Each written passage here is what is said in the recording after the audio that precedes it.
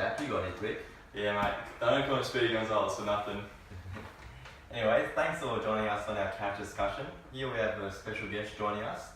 We have Shane, the dietary expert and the sporting enthusiast, I believe. Yeah, mate, that's right. Really into my foods and nutritional values, and happy to be here. Cool, thanks for joining us. Well, we got Nikki hitting us off with the first question. Thanks for coming here, Shane. So I believe a lot of kids, they don't want to eat healthy foods, and especially in a canteen, if they're going to use their own money and go make their own choices, what would you do to make students pick healthier choices? Yeah, absolutely, Nikki. So really, what I've sort of coming from a dietitian and being a sports enthusiast, you've really got to be involved in healthy foods, and the way I've sort of trying to promote healthy foods is by trying to make healthy foods a bit more appealing, a bit more attractive, and you want it to be tasteful. You want to be eating your foods that are really helpful and nice and yummy. So yeah, that's what we're going to have a discussion about today. So yeah. What made you get into being such a food enthusiast and trying to eat healthy and therefore promoting it to the wider community? Definitely my sports. Growing up as a kid, from parents level, they're giving you healthy foods and foods that are going to sustain you for longer. Your low GI foods, your higher nutritional foods rather than your fatty foods that you get from the local pie shop or and stuff like that. So it really has become a thing instilled within me to really get that out there into the community, youths and even the wider community as well. Beautiful. So Shane, how do you, in terms of the healthy food portion, how do you compete with big brands such as McDonald's, Hungry Jack's? They use these large advertisement billboards, big posters and stuff like that to get your attention. How do you compete and try to get your healthy style of living and healthy style of food out there and to compete with these big brands? It's got to be tasty, first of all. First and foremost, it's got to be tasty. It's got to be attractive. It's got to look attractive, like the McDonald's sign. You see it in the big M. Yep.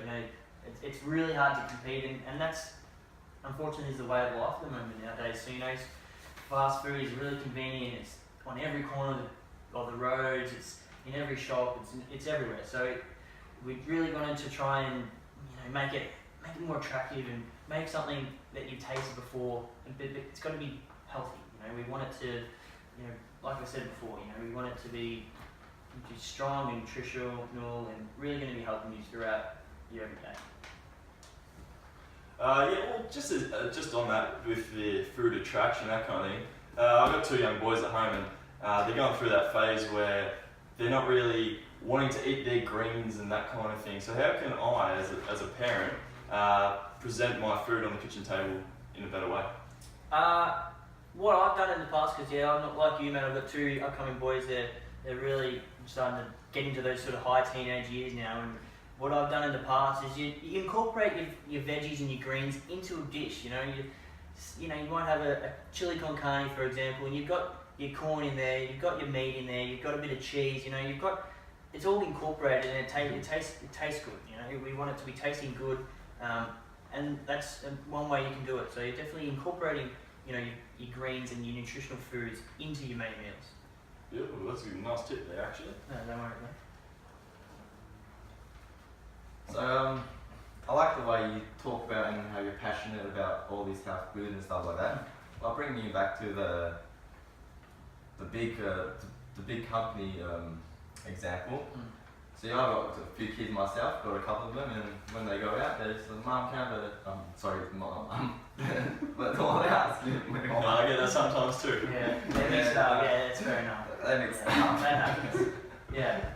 Anyway, they're like, mum or dad, can I have $5? I'm like, what can you get for $5? And they go to Macca's and they get 2 or 3 burgers for $5. So how can you kind of compare when you go to a sandwich shop or something like that and you have to buy a little sandwich for $8 or something like that?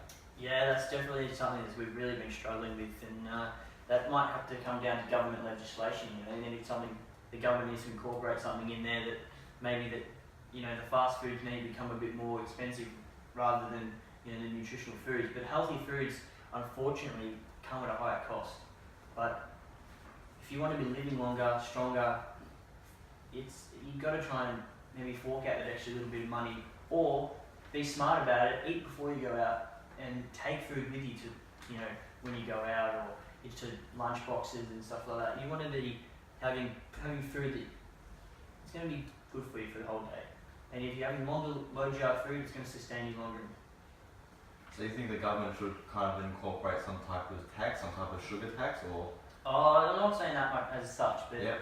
they need to get it behind it. I really want them to be getting behind it, and Tony Abbott and his budget smugglers and stuff like that. He goes out and goes for a swimmer every now and then, but unfortunately, look at him, he's now not the Prime Minister anymore, so Malcolm Turnbull really needs to, get his act together, and with an upcoming election, that's maybe a campaign that he could start. I'll definitely get behind that, the healthy style of living. You get anything else? Now, I know you're, as you said, you really want to broaden it into the community. So you've met up with a local guy down at Canteen. Yeah.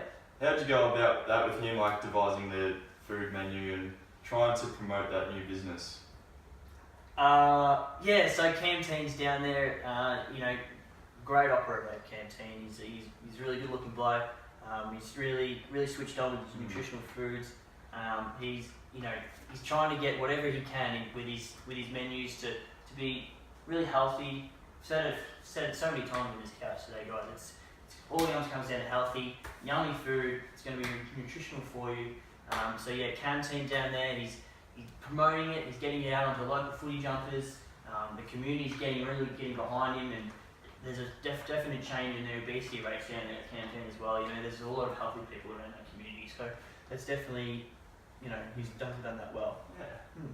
Well, I think with the increase in obesity rates, I think we need more people around like you to help push the envelope. And, yeah. Mm-hmm. Is there any other discussion points you want to talk about? I know you're quite the sports enthusiast, and if you don't mind me saying, you've got quite the real good physique there, but I know it's not just coming down to your lifting weights and that kind of thing. You start eating healthy. No, you're right. You definitely got to find that balance between nutritional food and living active lives. According to the National Physical Activity Guidelines, everyone should be recommended to do at least 30 minutes of moderate to vigorous activity every day. So, with your nutritional foods, you want to get out there. You want to be being active, staying active, and it's a challenge because you're trying to fuel your body with the right foods, food sources, and then once again restoring that food that you use. Correct. And it's sometimes it's hard to motivate yourself to go out there and do exercise by yourself. So that's why I really encourage try and get a friend with you.